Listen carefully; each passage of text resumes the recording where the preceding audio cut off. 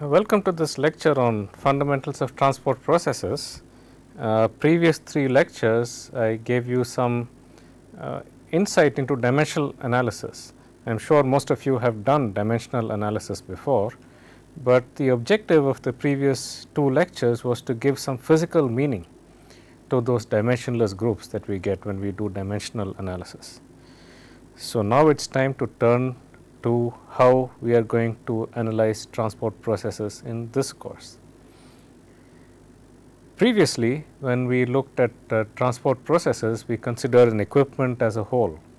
For example, in our initial lecture on the flow through a continuous reactor, we looked at the reactor as a whole, and we looked at what comes in, what goes out, and tried to write some balances for the fluxes that go through reactants to the surface of the reactor, fluxes of products out, and fluxes of heat either in or out. When we looked at the heat transfer problem, we were writing an equation for an average heat transfer rate or an average heat flux across the entire heat exchanger as a function of the average temperature difference between the inside and the outside. Similarly, when we were looking at the spray dryer problem, we were writing the mass transfer, mass flux and the heat flux from the surface to the gas as a function of the average difference in concentration between the particle surface and the hot air, or the average temperature difference between the particle surface and the hot air.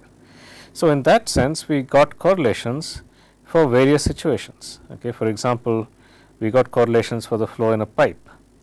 The Reynolds number, the friction factor is a function of Reynolds number, and this was the average stress that is acting on the surface of the wall of the pipe, or the pressure drop that is required to drive the flow. This was not the microscopic stress at every point within the fluid. Okay. So, in this course, we are going to look at microscopically what causes transport of mass, momentum and energy locally at specific locations. So, we are going to make a couple of simplifications. First thing, we are not going to analyze an entire equipment, an entire reactor, an entire heat exchanger. Rather, we are going to focus on the locations that are important for the transport process to occur. So, for example, in the case of the catalyst pellet, we would like to find out what is the flux from the fluid to the surface. Okay. Of course, it is going to depend upon the average concentration difference between the bulk concentration and the surface concentration of the material, but the bulk concentration is not a constant. Obviously, as you come closer and closer, the bulk concentration, the concentration within the fluid has to approach the surface concentration. In a similar manner for the heat transfer problem, okay, the heat that is transferred either into or outside the catalyst surface is going to depend upon the difference in temperature between the surface and the bulk. Of course, the temperature is not going to be a constant throughout the fluid. As you come nearer and nearer to the surface, if the catalyst particle is hotter, the temperature is going to be larger at the surface than at in the bulk. So, how do these variations give rise to these fluxes? Similarly, in the case of the heat exchanger problem, we plotted the average heat transfer rate as a function of the average difference between the wall temperature and the average fluid temperature. Okay. The fluid temperature, of course, is a function of location within the heat exchanger. For example, if the fluid is hotter than the wall, then the temperature is going to be large at the center of the heat exchanger, and it is going to decrease and reach the wall temperature at the wall. Okay. And when you do empirical correlations, this variation is all approximated as just one constant temperature. Okay. In this course, we want to find out what is the temperature variation itself. That involves 2 things. One, necessarily the configurations that we analyze will be much simpler. We will take either the flow through a tube, the flow past some flat plate, okay, where you have some velocity profile near the flat plate. Okay. And we will try to find out the dependence of the temperature with height away from the surface, as well as how it varies along the plate. Okay. And of course, the flux can be determined from the variation of temperature near the surface using the using the Fourier's law for heat conduction. Similarly, for the catalyst surface, we will try to calculate the temperature field everywhere around the catalyst surface. Okay. We will not just try to approximate it as a one constant in one location, another constant in another location, but rather we want to actually evaluate how that temperature varies as a function of location as you move closer and closer to the catalyst surface. Okay. So, because of that, our description will necessarily be simpler. We will not consider the large equipment that we have been considering before, but rather we will just consider what happens locally at the catalyst surface, near the wall of the tube, near the wall of a flat plate, and so on. Okay. So, first things first, okay. In this course we will be dealing primarily with fluids. Okay. Now, materials can be classified broadly into two types. One is fluids and solids. Okay.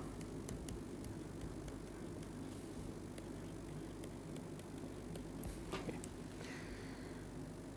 So, mechanically the difference between a fluid and a solid is that if I take a block of a solid, okay,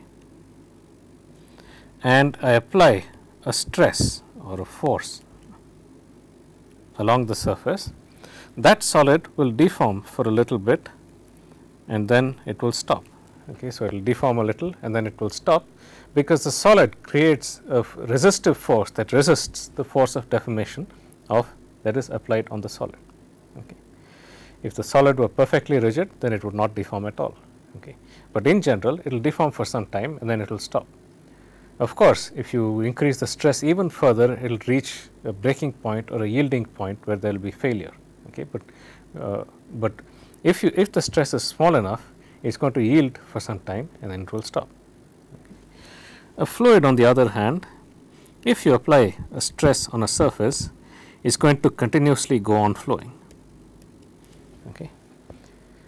So, in a solid, a stress creates a deformation. Okay. It creates a displacement of solid material points around their unstressed states. Okay. So, there is a displacement field, and this displacement field can be characterized using a strain within the solid. In a fluid, an applied stress creates a velocity field.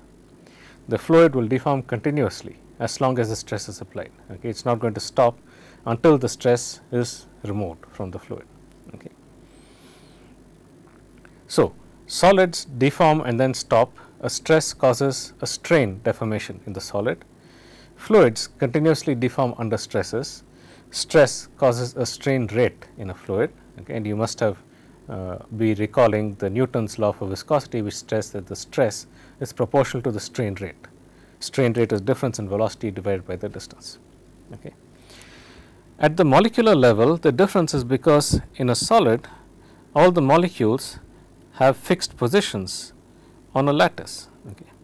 There could be different kinds of lattices. There could be hexagonal close packed lattice. There could be face centered cubic lattices. There could be body centered cubic lattices, and so on. But all of these molecules, they have fixed positions. Okay. And they vibrate a little bit around these fixed positions, but they cannot undergo large displacements about their fixed positions. Okay. So, each atom in a solid is linked by a bond to the neighboring atoms. Okay. The bond could be shared electron clouds in metals or other types of bonds in non-metallic solids, but each molecule stays in its fixed location because that is at the center of attraction of all the neighboring molecules. So, if I apply a small displacement about this location, the molecules will change a little. Okay. And the bonds between these molecules will get stretched. Okay. And because of that, there is a resistive force that is applied on the solid. Okay. This displacement of the molecules causes a stretching, which causes a force which tends to bring the molecules back to their equilibrium locations, and that effectively resists deformation. In fluids, on the other hand, the molecules do not have fixed positions. Okay.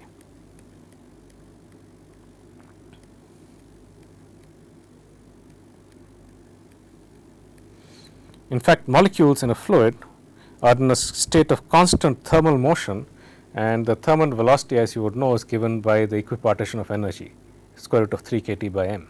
Okay. So, a molecule in a fluid is undergoing some random motion. Okay. It has no fixed position, but it undergoes a random motion with time. Okay. And because of that, if I apply a stress in a fluid, the molecules can rearrange themselves in such a way as to accommodate the stress that has been created. And obviously, since the molecules can diffuse around, okay, they do not have fixed locations. Therefore, if you apply a stress, the fluid will continuously deform. Okay. Important to note, this difference has implications both for mechanical properties. The fluid deforms continuously, whereas the solid deforms and then stops, but also for diffusion. Okay. The diffusivity of these molecules in the fluid gives rise to the diffusion of mass, momentum and energy, as we shall see in the next lecture. Okay. Whereas in the solid, the molecules do not diffuse apart from mechanisms such as vacancy migration and interstitial diffusion, which are very slow processes. Okay. So, this is basically the difference between fluids and solids. In this course, we will deal primarily with fluids, okay, with the exception of heat transfer, heat conduction. Heat conduction occurs by the same Fourier's law, whether it is in solids or in fluids. Okay. The mechanisms are different. In fluids, heat conduction can occur because of the physical motion of molecules. In solids, it cannot. Okay. It occurs due to the transmission of energy by the vibrational modes of solids. However, the equations for Fourier's law for heat conduction for both fluids and solids are the same. Only the thermal conductivity, the constant in that equation, changes. And therefore, for heat transfer, we will equally what we do will be equally applicable to solids as well as fluids. Okay. Fluids can further be subdivided, okay, into gases and liquids. Okay. The basic difference between gases and liquids is the distance between the molecules in gases and liquids. Okay. In gases, the molecular distance is much larger than the molecular diameter. Okay. It could be typically 10 to 100 times larger than the molecular diameter. Okay. So, in gases, the molecules actually meet through rare interaction events which are called collisions in kinetic theory of gases. Molecules move large distances between successive interactions between neighboring molecules. Okay. And because they move large distances, the mean free path, the distance between successive collisions, is large compared to the molecular size. In liquids, on the other hand, the distance between molecules is comparable to the molecular size. Each molecule in the liquid is sitting in or close to the potential well of attraction of the neighboring molecules in the liquid. Okay. So, because of that, the molecules are frequently in interaction with all their neighboring molecules, and they do exhibit diffusion. Okay. But however, that is a slow process, because for one molecule to diffuse in a liquid, it is necessary that other molecules have to move out of the way. Okay. So, for example, if one molecule has to move this way, other molecules have to move out of the way, okay, before diffusion can take place. So, molecular diffusion is a slow process in liquids. It is a faster process in gases. Okay. In the case of gases, as we shall see, the diffusion mechanism is the same. Okay. Since the molecules are not in continuous contact with each other, transport of mass, momentum, energy has to take place due to the physical motion of the molecules themselves. In liquids, that is not true. The molecules are very close to each other, and so you do not require the transport of molecules to have the transport of momentum or energy. Mass transfer, of course, requires the transfer of molecules. Okay.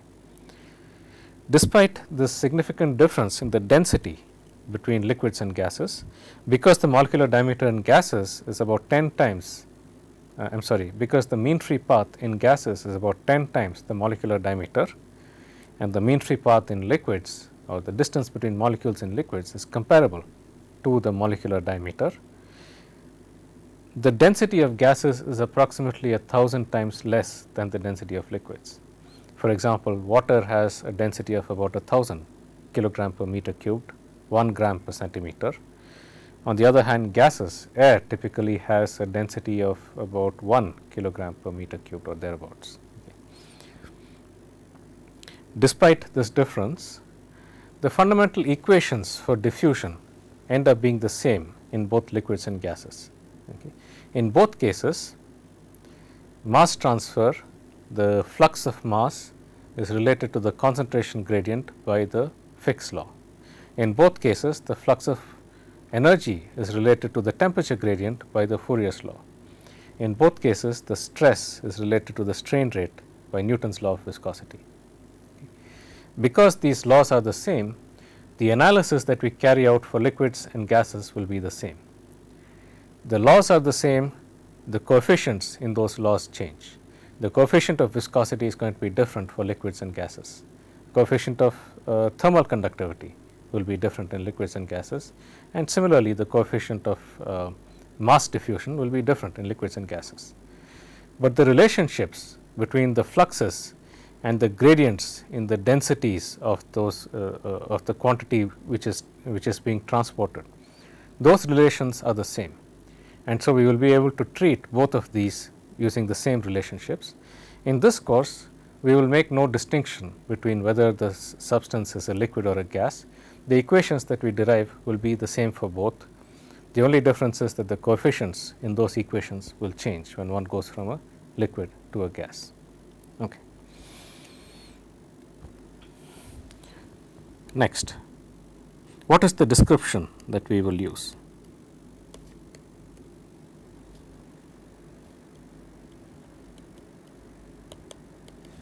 Okay. So, I said we will analyze simple situations such as the transport around a catalyst pellet or a spherical droplet, the transfer across the surface of a pipe and other conduits across a flat plate and so on. Okay.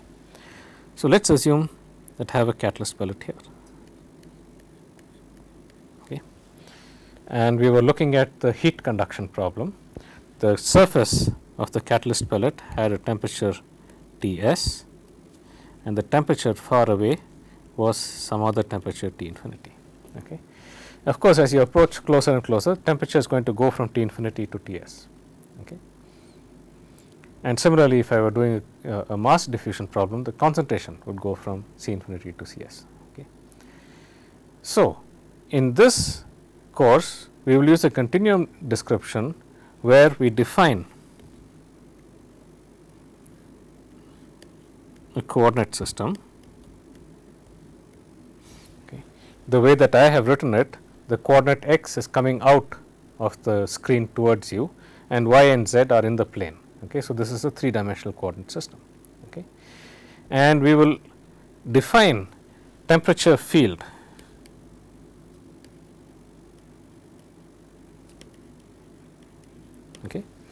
a temperature field as a continuously varying function throughout the domain. Okay. We will define a temperature field as a continuously varying function throughout the domain. Okay. So, we define T as a function of x, y and z.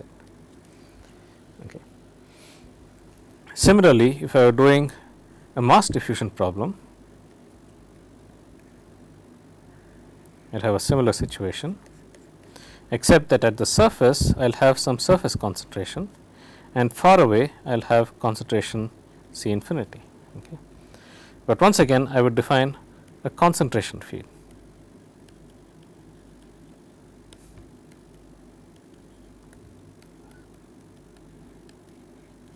Okay, C of x, y and z. Okay.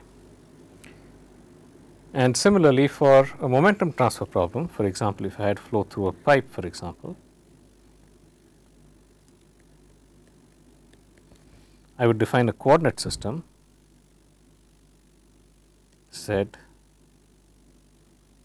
x, y. Okay. And here I would define the density fields, density field as the total density, mass per unit volume, rho of x, y, z, and the velocity field.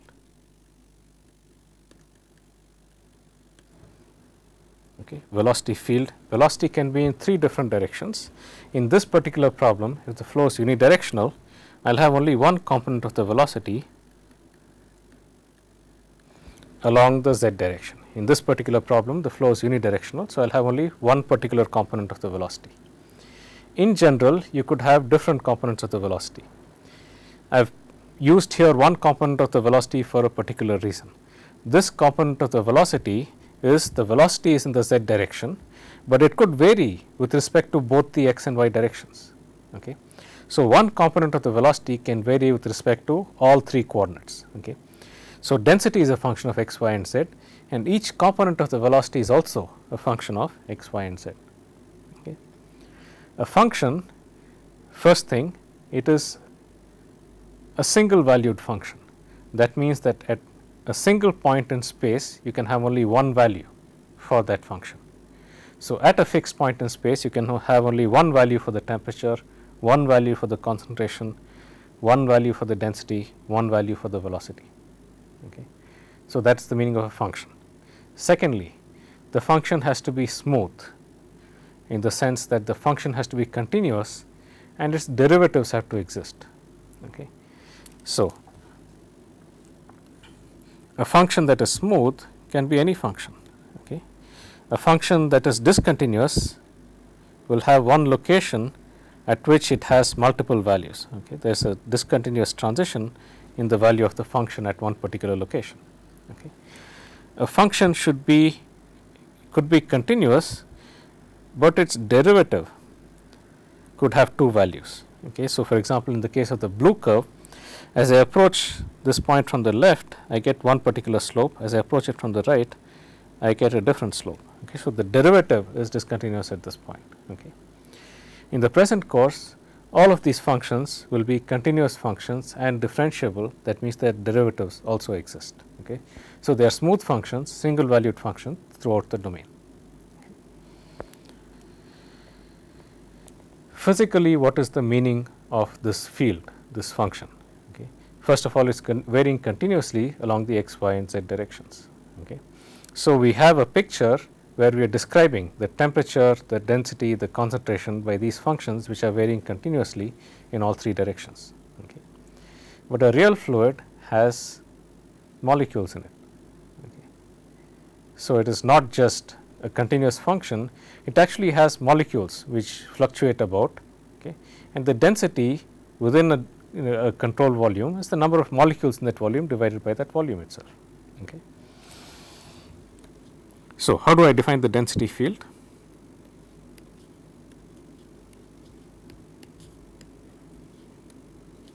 Okay. At a point, okay, if I wanted the density at location x, y, z. Okay. I construct a small volume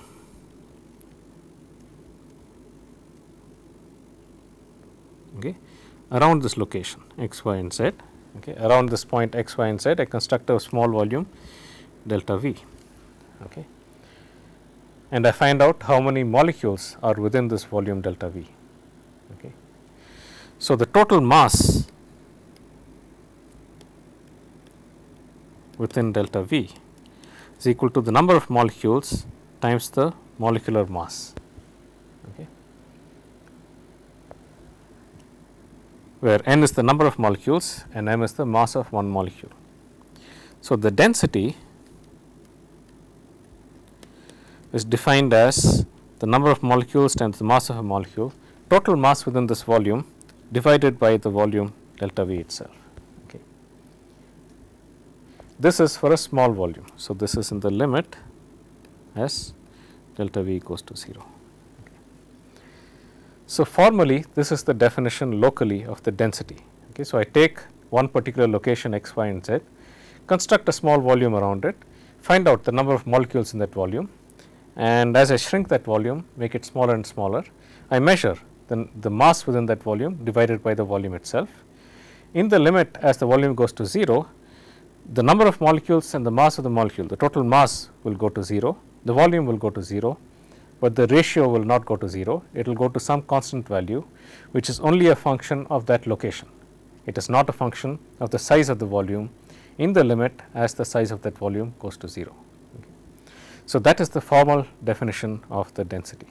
Okay. clearly there is a problem with this definition. Okay. As I make my volume smaller and smaller, okay, if I had a significantly large volume, I would have many molecules in it.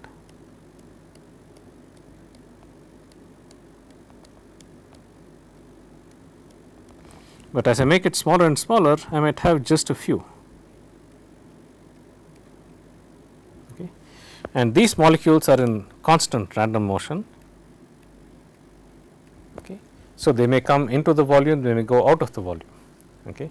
So, if I take this measure of density and look at the density as a function of time, okay, it is going to undergo large fluctuations. Okay. Just rub this off. Cannot go negative. So,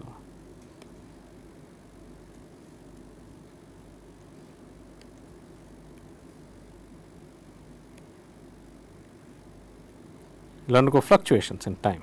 Okay. When a molecule is in, you will get a larger density, when a molecule is out, you will get a small density. Okay.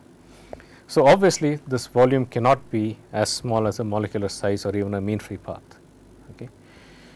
When you make the system larger, okay, you have a large number of molecules in here. Okay. So, there will still be fluctuations in the density, okay, but they will be much smaller. They will be much smaller because when the number of molecules is large, one molecule coming in or going out does not make that much of a difference to the total mass of the system. Okay. So, there will be fluctuations about some mean value, but those fluctuations will not be large. Okay. So, the size of those fluctuations decreases as you make this volume larger and larger compared to the molecular size. Okay. However, I cannot make this volume comparable to the catalyst particle size, because I want to find out what is the variation of the concentration over distances comparable to the radius of the particle itself. Okay. So, the volume cannot be made too large such that it becomes comparable to the macroscopic size. Similarly, in the case of the fluid flow, I cannot make the volume as large as the tube radius itself, because I want a local description. Okay. So, the volume has to be small compared to the tube radius, okay, so that I can get a local description. I can define density, concentration, temperature and so on at a given point.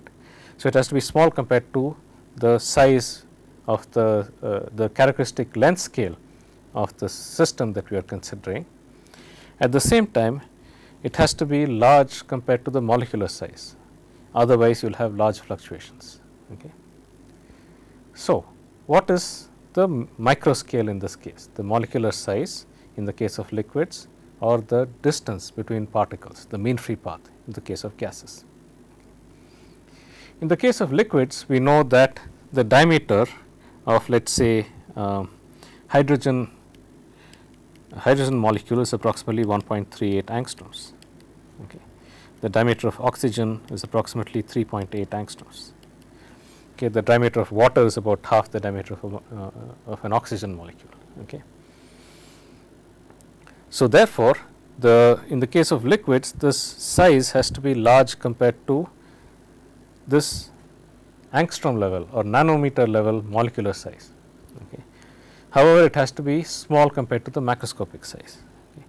So, for example, if I had a catalyst pellet diameter 1 millimeter or a pipe of diameter 1 centimeter, okay, the volume that I consider has to be small compared to 1 millimeter or 1 centimeter. Okay. So, here I have a microscopic scale, okay, which is for liquids.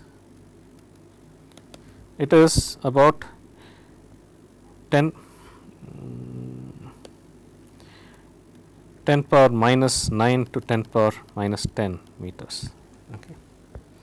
In the case of gases, the relevant microscopic scale is the distance between molecules, or the distance a molecule travels between successive interactions. Okay. And we will see a little later, we will actually calculate this in the next lecture. Okay. In the case of gases, this varies from 10 power minus 6 meters to 10 power minus 8 meters roughly. Okay. 10 power minus 7, 10 power minus 6 meters. Okay. Whereas the macroscopic scale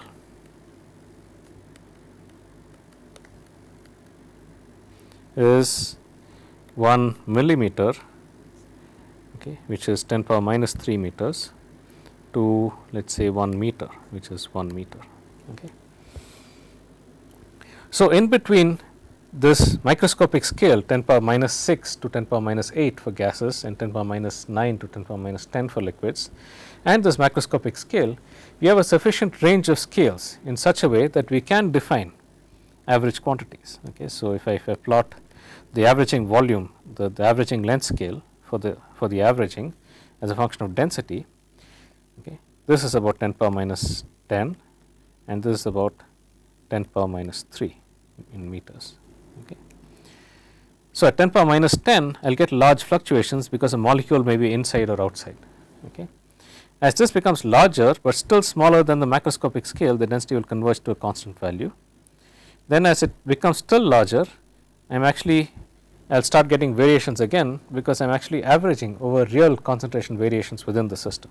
Okay. I am actually averaging over density differences across the pipe or over length scales comparable to the radius of the catalyst particle. Okay. So, this microscopic volume is defined in such a way that it is large compared to the molecular size, but still small compared to the macroscopic scales. The definition of this requires that I have a sufficient range of sizes, sufficient range of length scales between the microscopic scale on the one side and the macroscopic scale on the other side, such that I can find scales in between, okay, which are large compared to molecular size or mean free path, but still small compared to the macroscopic scale. Okay. Over that volume, I can do this definition of density. Okay. So, the volume cannot be too small, it cannot become smaller than a molecule. Okay. It has to be much larger than a molecular size, but still small compared to the macroscopic scales in the problem. Okay.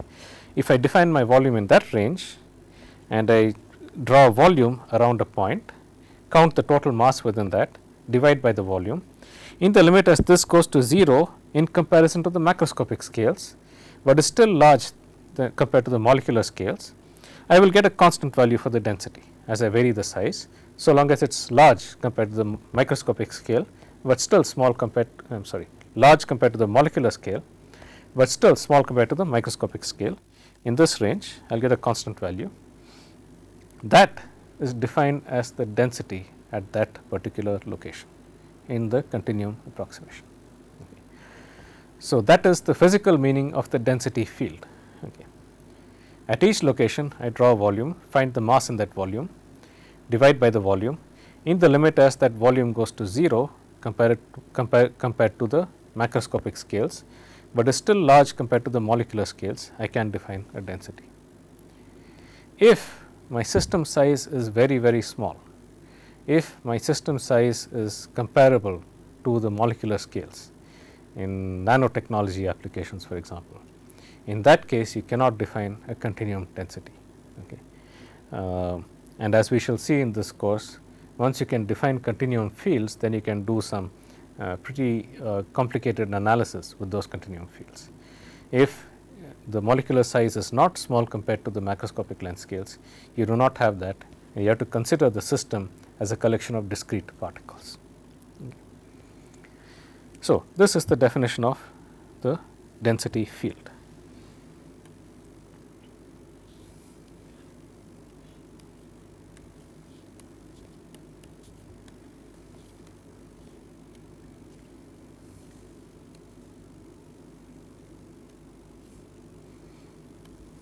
Okay, so, this is the location x, y, z, okay, and I construct a small volume around this location delta V.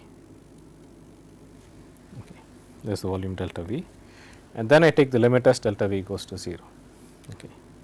So, in the limit as delta V goes to 0 of number of molecules times the mass of a molecule divided by delta V is equal to the density field.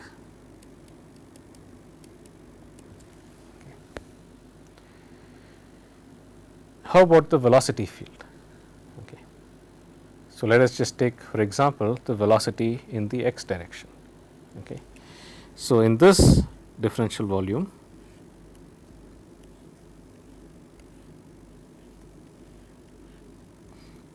I have a large number of molecules and these have some fluctuating velocities to them.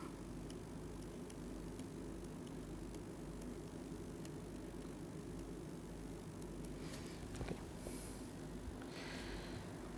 I can take the summation over all the molecules I is equal to 1 to n of the molecular mass times the velocity of that molecule in the x direction. Okay. So, I go over all the molecules, each molecule has one particular velocity along the x coordinate. Okay. This is the x coordinate is coming out of the plane of the board.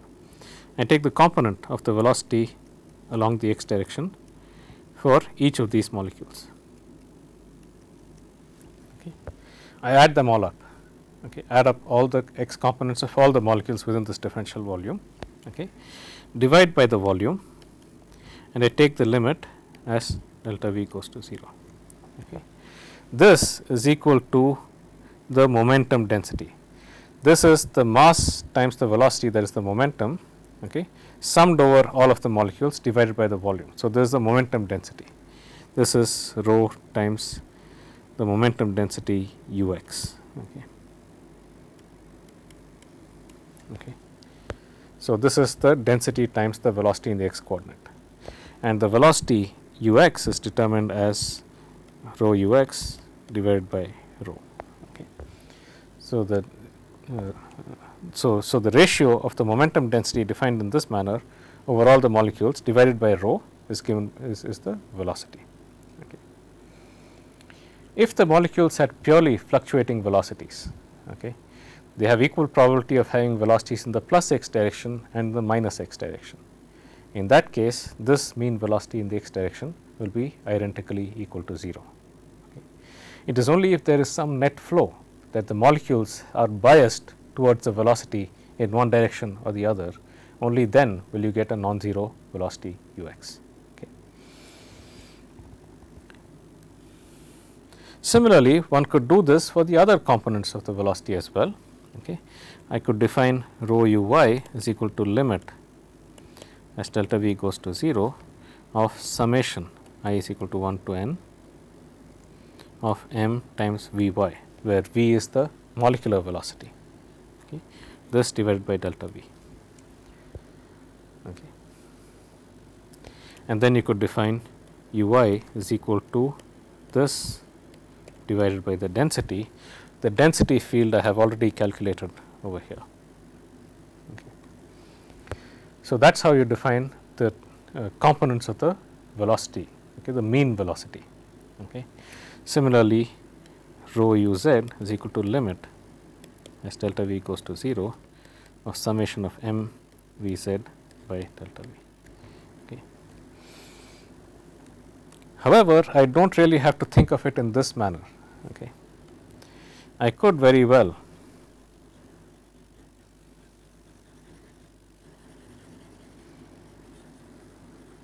define the velocity vector itself. Okay. I could define the momentum density as the density times the velocity vector itself. Okay. So, I could define a vector momentum density, okay, u stands for a vector, okay, is equal to limit as delta v equals to 0 of summation over all molecules of mass times the velocity vector divided by delta v, okay, for I is equal to 1 to n. Okay. So, this is a vector summation over the velocity vectors of each of the molecules. Okay. And we will see later in the course there are certain advantages to treating this as a vector itself. Of course, if you expand this out, you will get precisely the same thing that I got earlier. Okay. So, if I define u vector is equal to ux times ex plus uy ey plus uz ez, okay, where ex, ey, ez are the unit vectors, ex, ey, ez, okay, these are 3 unit vectors in the 3 coordinate directions. Okay. This is going to be equal to ex times limit as delta v goes to 0 of summation of m vx by delta v plus ey times limit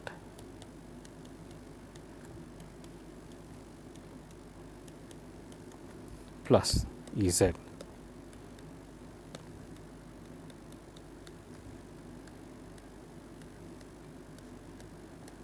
Okay, so this will be the three components of the velocity, where ux is equal to summation of m v x by delta v, uy is equal to m v y by delta v, and uz is equal to m v z by delta v. Okay. So, this is just an expansion, but I am just trying to point out that you could very well define the momentum vector itself. So, rho times u is the momentum density vector. Momentum has is a vector because it has a direction associated with it. It is just a summation of the momentum of all the particles, okay, within this control volume. Okay. So, that is how you define the momentum density field. Okay. The temperature field is a little more complicated. Temperature has to do with the fluctuating velocity of the molecules. Okay.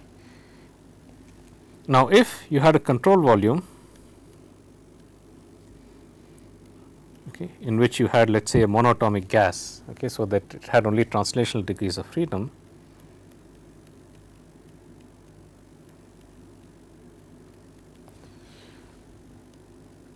the total energy of fluctuations within this volume is calculated as follows. Okay. Energy of, for a single molecule, the fluctuating energy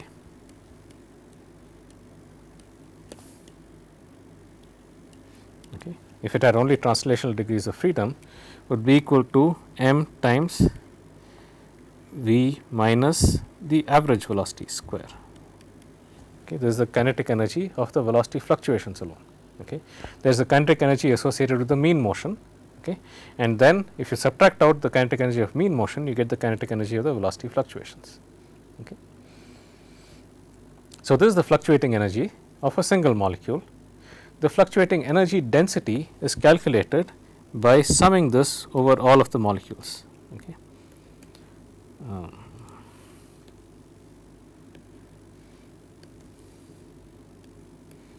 Summation I is equal to 1 to n of half m into V I minus u whole square. Okay. Okay. This divided by delta v in the limit as delta v goes to 0. Okay. So, this is half m v RMS square by delta v in the limit as delta v goes to 0. Okay. This has got to be equal to, from the equipartition of energy, 3 by 2 n k T, where n is the number of molecules. Okay. So, this basically defines what is the temperature field. Okay. The temperature field is related to the energy fluctuations. Okay. If the molecules were not just monatomic molecules, but they had rotational and vibrational degrees of freedom, those energies would have to be included in here, and the number of degrees of freedom. Okay. So, this will be equal to n CV kT. Okay. Okay. I am sorry, this should be 3 by 2 mn. Yeah, I should multiply with mass.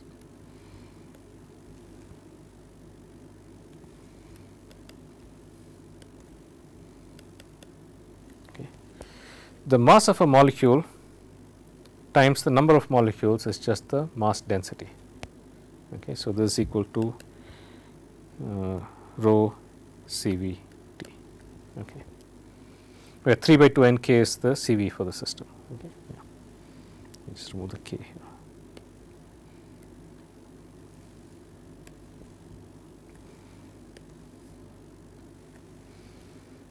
Okay. Good. So, this defines the temperature field. Okay. So, now that we have defined fields which are continuously varying functions of position, now how do we work with these fields? Okay. So, basically what we are trying to do is to write down conservation equations, okay, for these fields. Okay. Basic equations, conservations of mass, momentum and energy. Okay. So, one component is going to be conservation equations.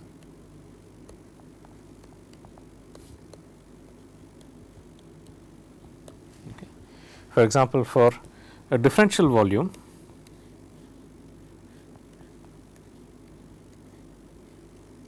okay, that I take locally around a point, the mass conservation will be of the following kind. Okay. Change in mass in a time delta t is equal to mass in minus mass out. Okay. So, the change in mass in a time delta t is equal to the total mass that comes into this differential volume minus the mass that goes out over all of the surfaces, okay, the right, left, the front, back, and the side surfaces. You do not have to do it for a cubic volume, you can do it for any size volume. Okay. The change in mass within this volume is going to be equal to the net mass in minus the mass out, okay, of this differential volume. Exactly the same holds for energy. Okay. Change in energy is going to be equal to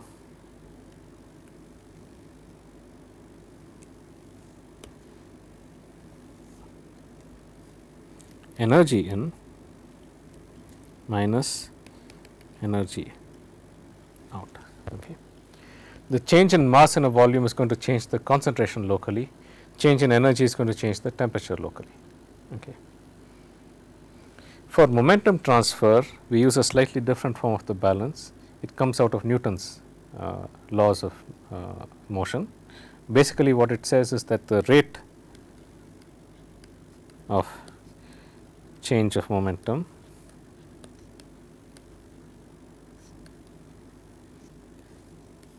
is going to be equal to momentum in minus momentum out plus sum of all forces acting on the body. Okay. So, these are the basic equations that we will use. Okay. Now, we have defined the temperature, the concentration, the velocity at a given location, and the change in momentum, energy or mass, okay, within that volume is going to determine the change in the temperature. Okay. However, the temperature, concentration, velocity are also changing with position. Okay. So, to find out what is the energy in and energy out, we have to know how these field variables, the temperature is changing with position, because as you know, heat flows from a higher temperature region to a lower temperature region. So, unless there is a change with position of the temperature, you are not going to have a transfer of heat. Similarly, mass goes from a region of higher concentration to lower concentration. Unless you have a change in concentration, there is going to be no transfer of mass. Okay. So, in order to complete the balance equation, you need to have some way of saying how the transfer, the flux of energy is related to the changes in temperature, how the flux of momentum is related to changes in velocity, and how the flux of mass is related to changes in concentration. Okay. And these things are what are called constitutive relations.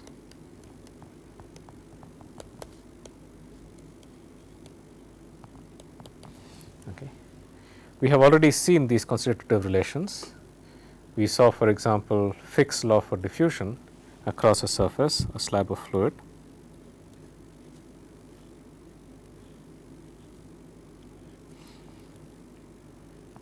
Okay, of length L with two different concentrations.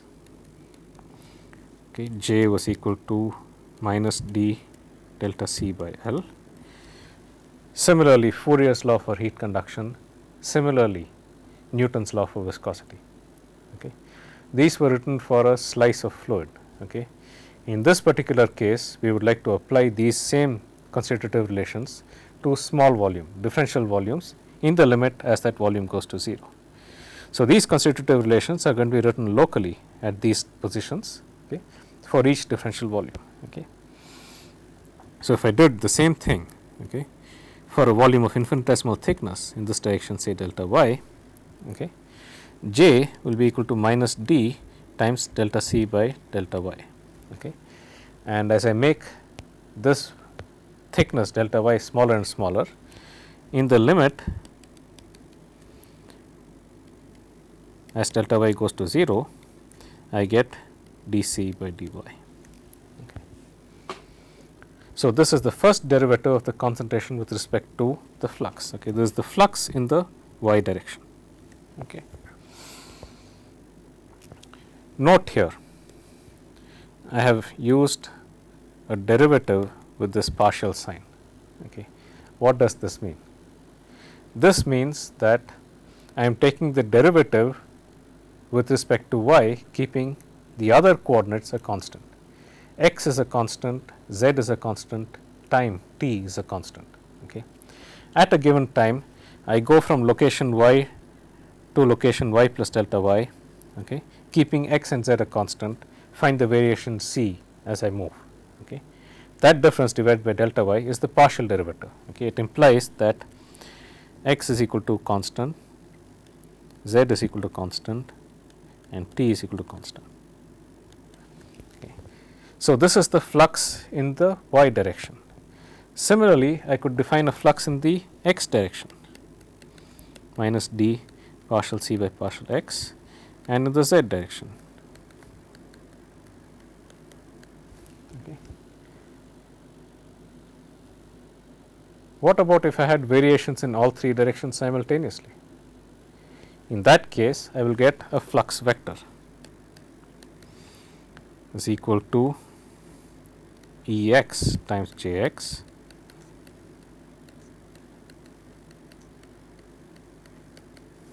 okay, this is equal to minus d into E x dc by dx plus E y